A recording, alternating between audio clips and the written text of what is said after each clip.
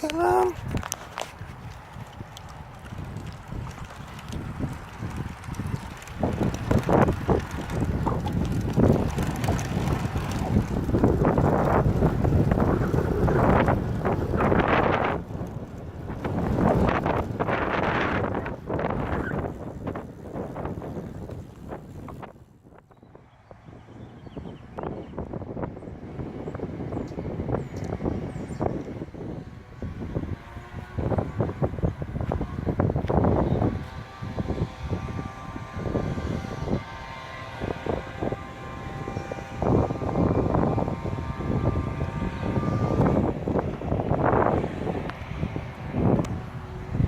Good morning, it's Michael, and I'm going to make a quick video today.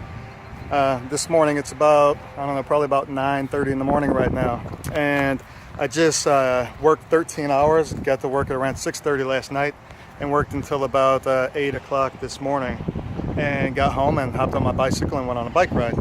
So right now I'm at George Orr O'Keeffe Museum. I believe you might be able to see that anyway. Orr O'Keeffe Museum of Art here in Biloxi, Mississippi. This museum, they were almost finished it right when Hurricane Katrina came, and I'm actually quite surprised that these buildings actually made it through Katrina, because many around here didn't. I'm glad that it did. So this morning I'm going to talk about me being on this bike ride, and just about personal motivation and taking action, and what it takes in this one particular instance for me to actually come out here after working all night long, not getting a full day's sleep yesterday, and then being out here this morning on this bicycle, and just being out here kicking ass and enjoying life.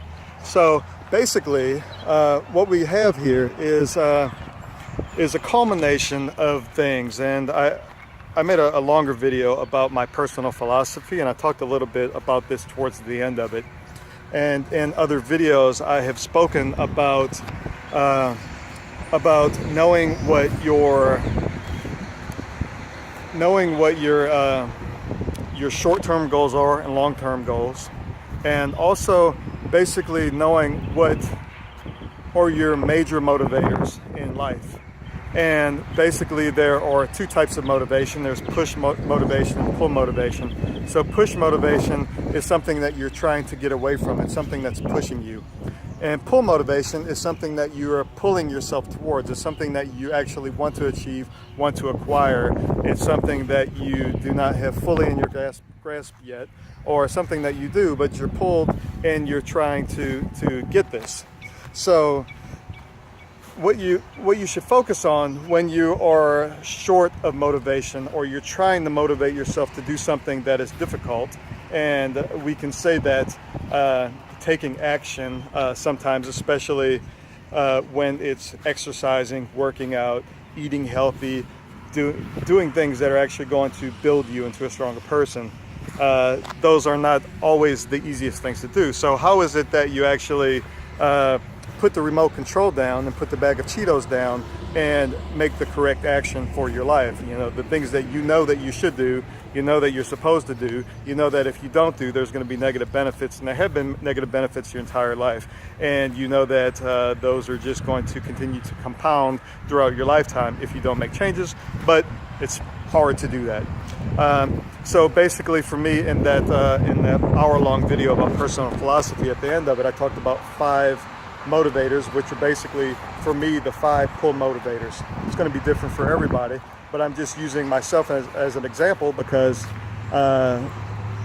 that's my reality and that's my baseline. And some people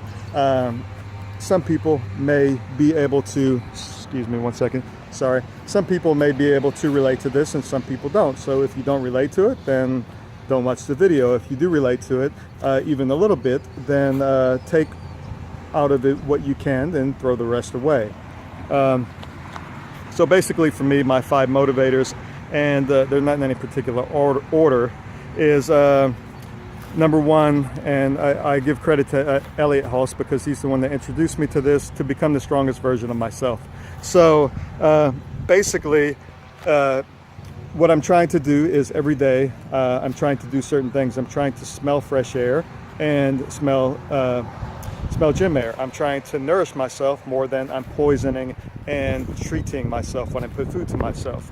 I'm trying to educate myself daily, which is basically what I'm doing right now. I'm listening to TED Talks, and I'm trying to decompress, which is also what I'm doing. I had a pretty stressful night at work, and I'm out here just enjoying life and feeling the wind on my skin and making my body work, which ultimately gives me a good feeling, a good sensation, chemically, just because I'm out here working my body.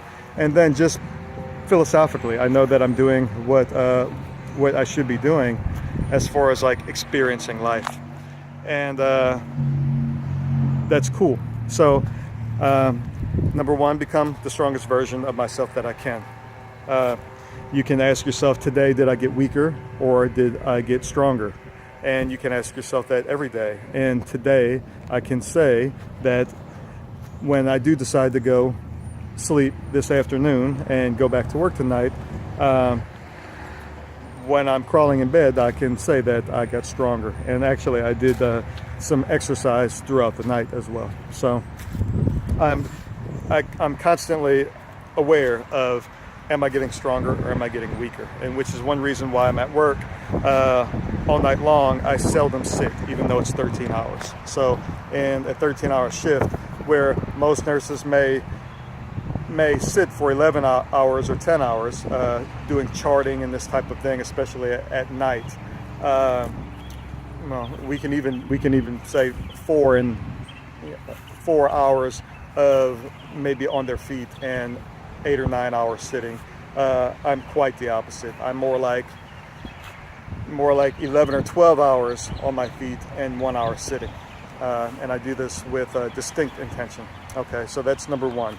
Number two is to decrease human suffering. So the job that I have is in direct relation to this, and I'm very fortunate that my occupation allows me to do this on a daily basis. So what that does is, for my frame of mind, is if I get to go to work, I am decreasing human suffering. And so if I go to work, I have a good night, and it's pulling me towards my goal. If I don't go to work, then I go do something equally as exciting, just in a different way.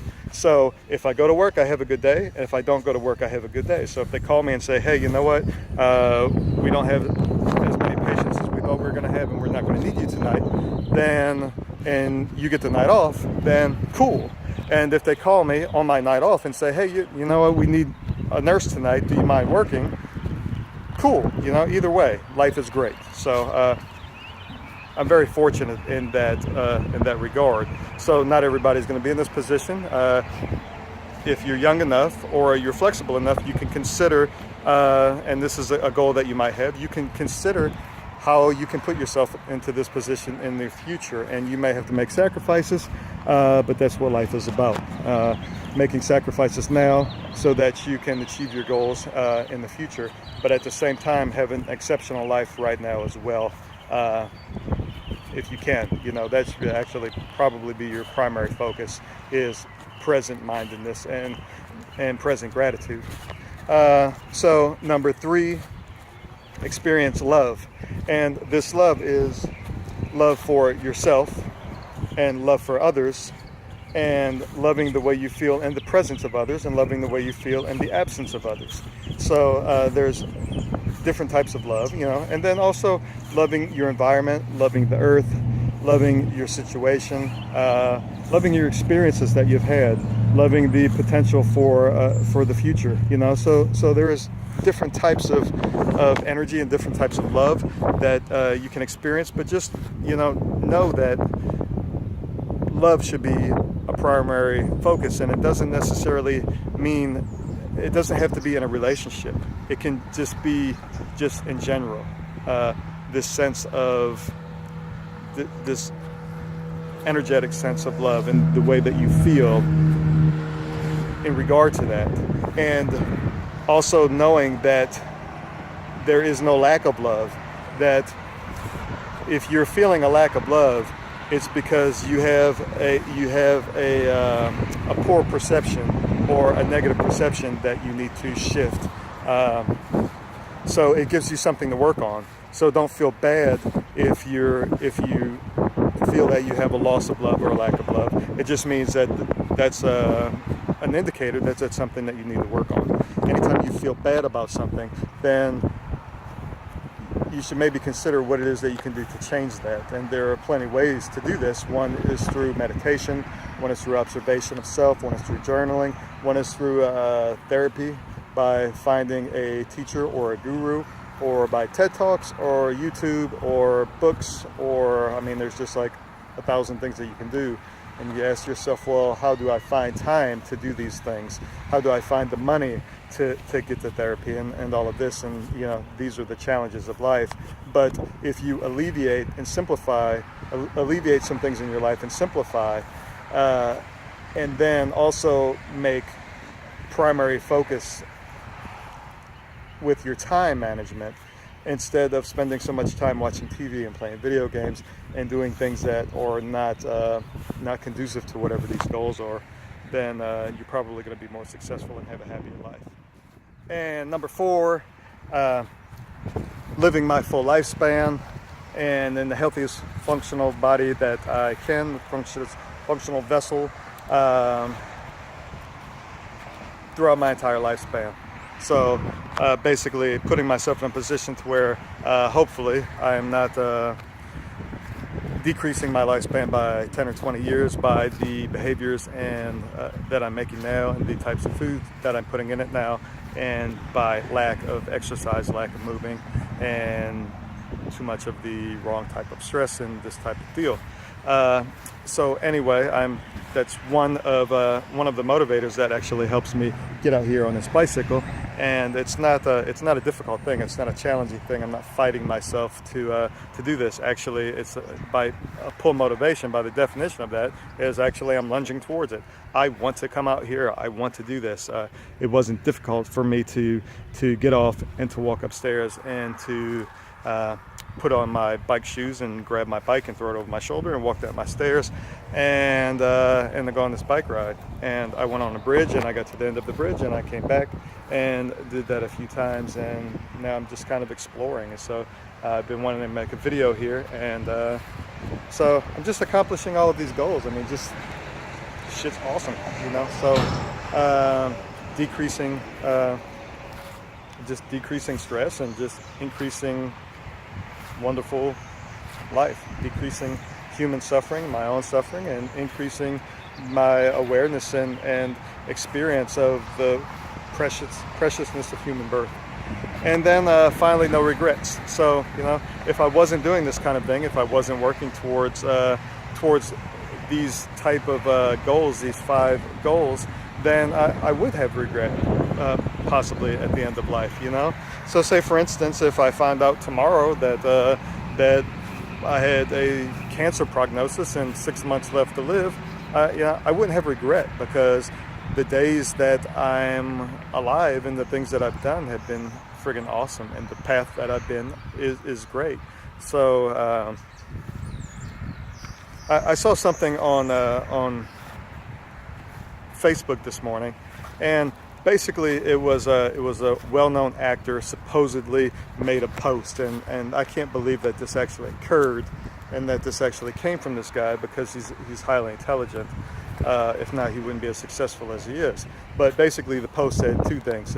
Basically like, oh, well, I have a family member that's 76 years old, and she ate healthy and did yoga and exercise and did all of these things perfectly throughout her life, and now she has some type of metastatic bone cancer, and she's going to die soon.